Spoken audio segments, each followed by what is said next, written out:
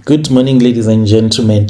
Welcome back to another episode here on African Confessions. The following story that you're going to be listening to, it comes from a translation of a message that I received, and the translation of that message, it reads like this. Hello, Brother Nash, how are you? Can you please post my own story as hidden identity? I have come here because I want to share with you my own confession. It is not only ritualists that are from Zim that chase after our South African women. The problem is with our women. They love money, Joe. The way that they love money, even as a ritualist, I am not hurt by my money, but you end up even feeling hurt because these women, they demand too much.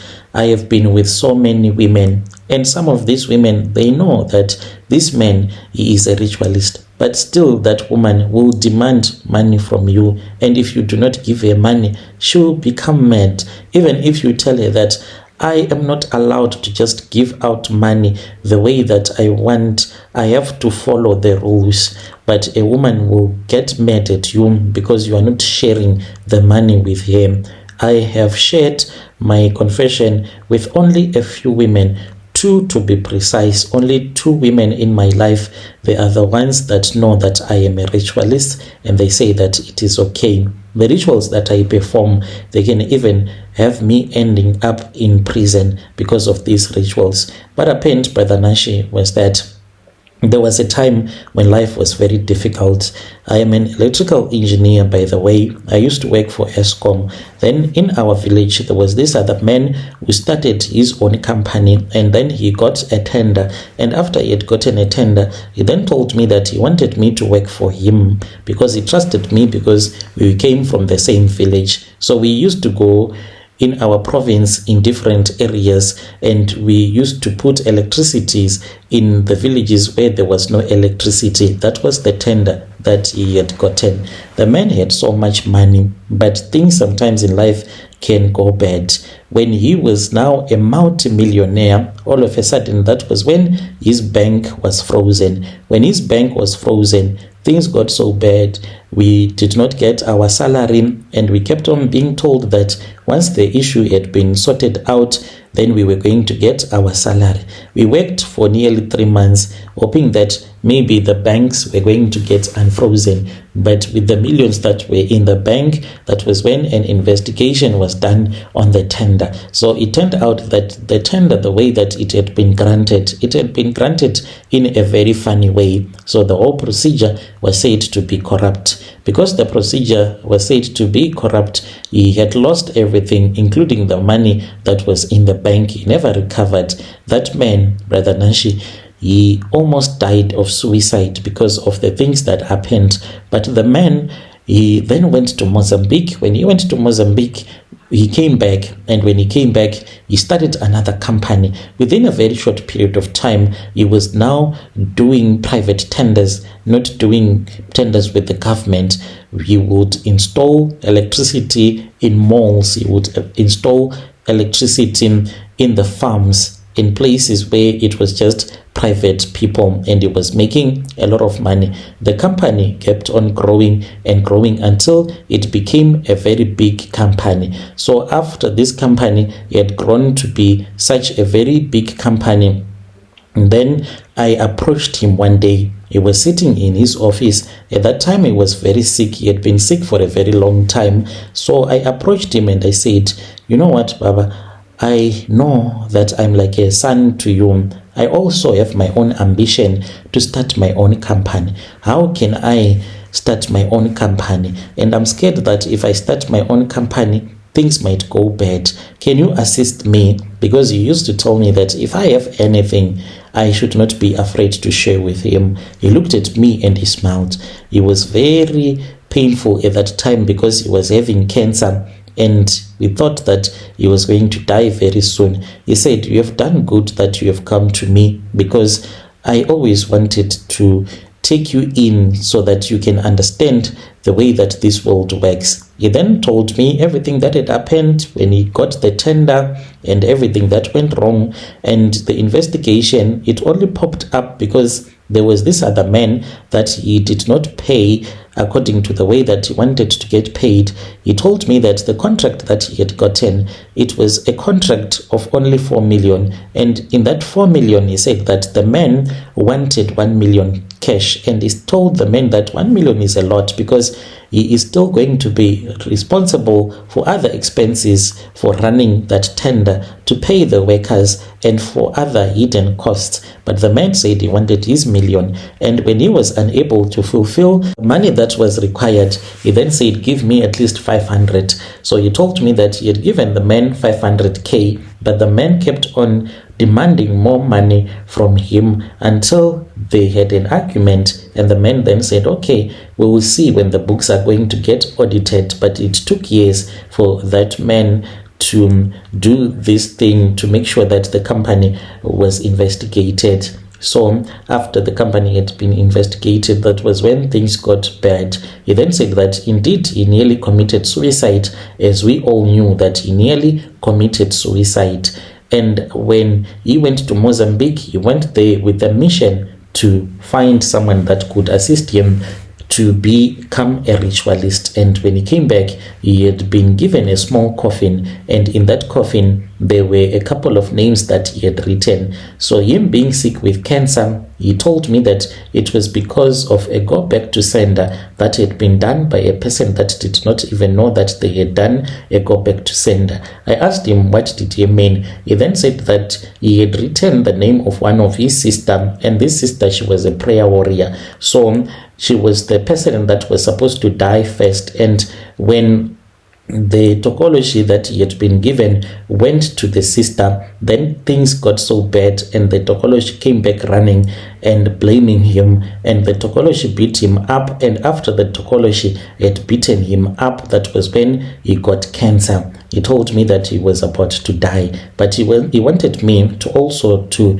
have the freedom, to have the money, to just enjoy life. And I said, I want that. He then gave me the contacts of the person that was going to become my Mozambican contact. I then went there. The man then came and collected me, and we went together to the village. When we arrived in the village, I was made to sleep in this other room. This room was empty, and at night I saw a very beautiful woman that came into that room, and I slept throughout the night with that beautiful woman. I don't know how many rounds I slept with that woman. The way that she was beautiful, she had the most perfect breasts, she had the most perfect curves and the most perfect skin, and she was good even in bed.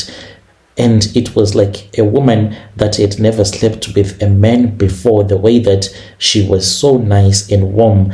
And we made love until the morning. When it was in the morning, oh my God, the things that I saw. Brother Nashim, I saw that I had slept with a mad woman throughout the night. She was even smiling at me. She was trying to do that seductive dance whilst she was sleeping next to me. She was sleeping with her stomach down, and she was trying to even lift her butt in the air, trying to whine and twerk for me. It was the most disgusting thing that I had ever seen. The way that she was dirty. She was speaking in Portuguese. I did not even hear a word.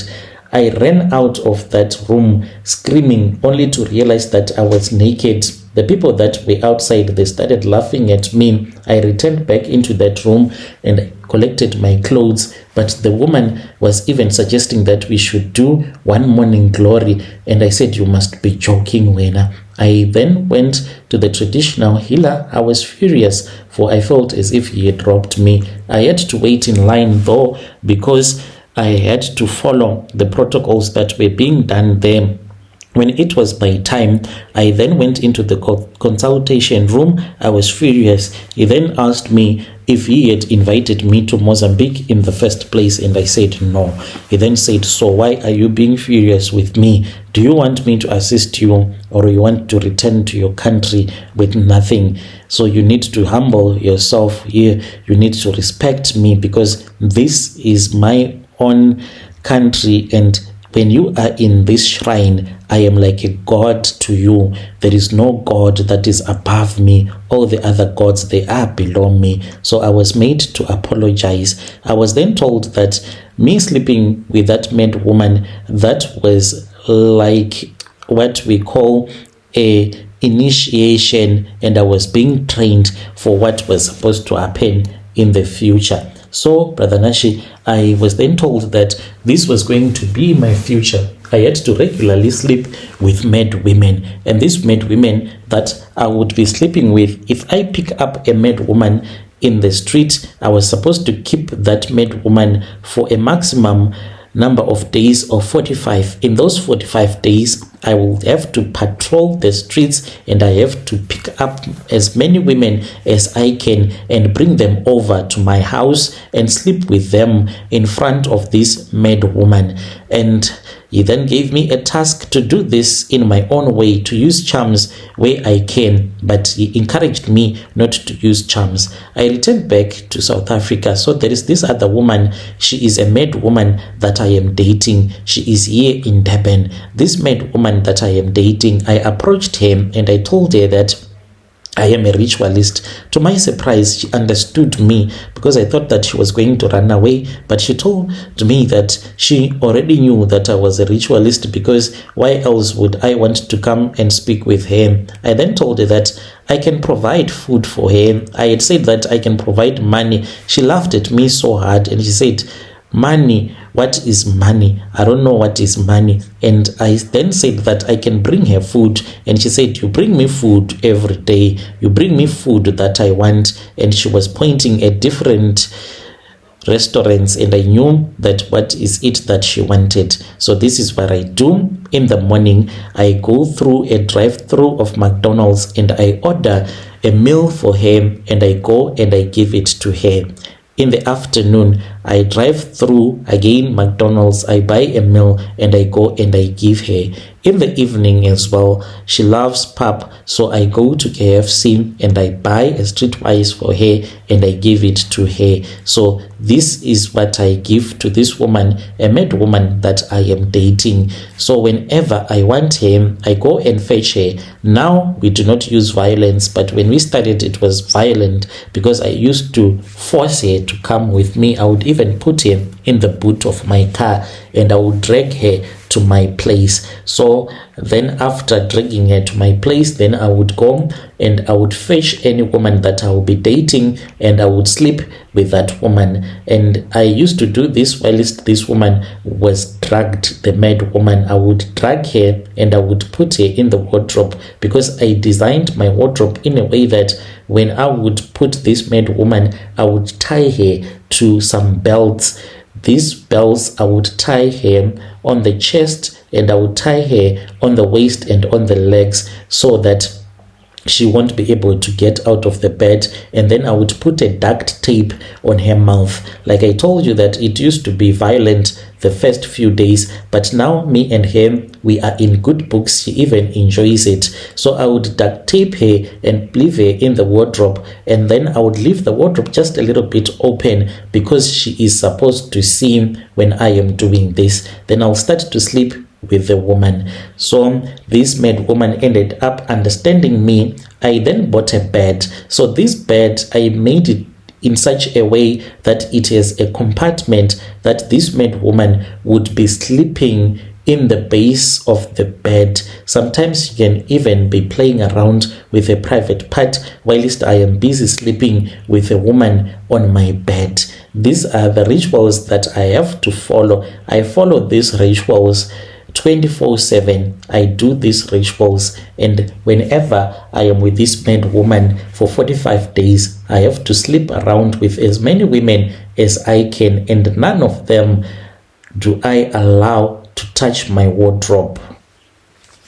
Dear listeners, right there was a message that was sent to me by one of our dear brother. Strange things indeed, they do happen in this world. Let us try to speak with our brother in the comment section. Then there is another message that was sent to me. The message, it reads like this. Hello, Brother Nasha, how are you? Can you please post my own story as anonymous? I have come here because I have my own confession that I wish to share with you. It is about this other woman. She's a South African woman that I met at a gym. So this woman, her behind, it is too big. You know, there are those women with a big behind that they are not even allowed to walk outside. So this woman, she goes to the same Virgin Active gym that I go to, and I want to tell you how I used charms on this woman in order for me to sleep with her. So this woman started coming to the gym, which I have been going to with my wife for a very long time. And these women these days, when they are in the gym, especially if they have big nyash, they just want to make sure that everyone can see that they have a big behind.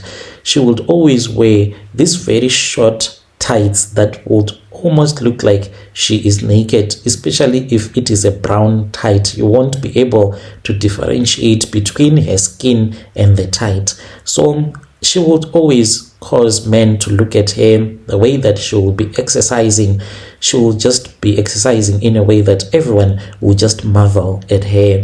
Obviously, when I was with my wife, I would pretend as if I'm not looking or even noticing that there is this massive woman that is with us in the gym.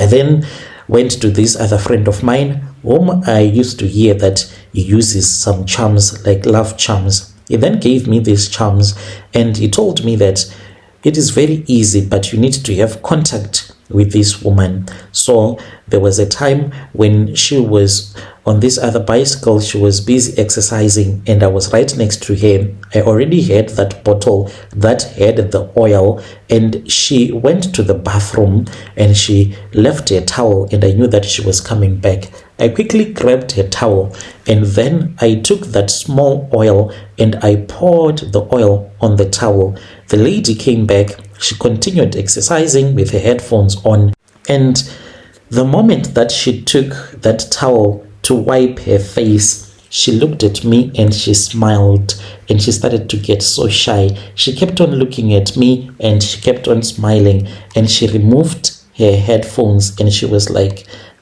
okay, Brother Nash, let me stop there. That was it. That is how me and this woman started to sleep with each other. So the issue right now that I am having, Brother Nash, is that these charms that I used, the oil that I used, I have been having a spiritual wife ever since I slept with this woman. When it started, like, I am a man that stays with a woman, and my wife and I, we always sleep with each other. I know that in order for you to have sexual dreams, then you are supposed to be someone that does not have sex regularly, but I always have it. And I did not understand why I kept on having dreams like that. Even at work, I can feel so tired. Then I'll just lock my office and I'll just say, let me take a small afternoon nap.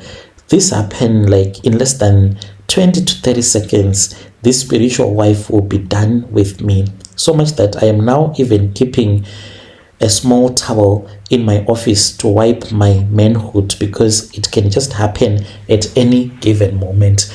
So what will happen, Brother Nash, is that I will just see this beautiful woman. She will always be wearing a beautiful velvet dress that will be short, and her hair will be so long. She will be beautiful, and she will come to me, kneel in front of me, and she will start to touch me in ways that it will be hard for me to resist.